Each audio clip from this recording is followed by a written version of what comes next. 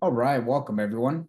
In this lecture, we're going to go ahead and talk about truthy and falsy variables, which are pretty straightforward.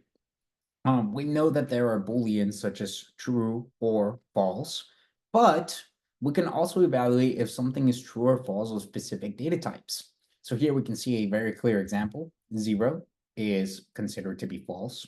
An empty string is considered to be false. Empty collections, such as an empty dictionary or an empty list, is also considered to be false. We see none is considered to be false. And then, of course, we have our boolean of false. So here we can see that 1 would actually return truthy.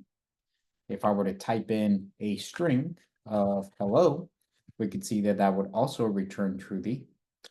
And here we can see our collections as well.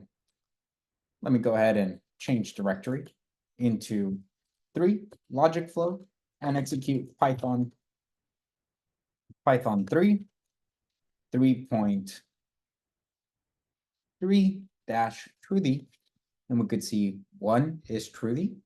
If I were to turn this to 0 and turn this into an empty string and run it, we could see 0 is falsy and an empty string is falsy. Negative numbers are still considered to be truthy. I just want to make sure to highlight that before we continue moving forward.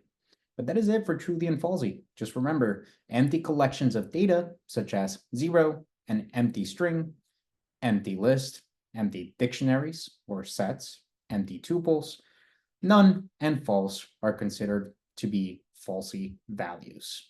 Anything that has a collection with values instead of it will evaluate to truthy. Thank you so much, everyone, and I'll see you all in the next iteration for loops.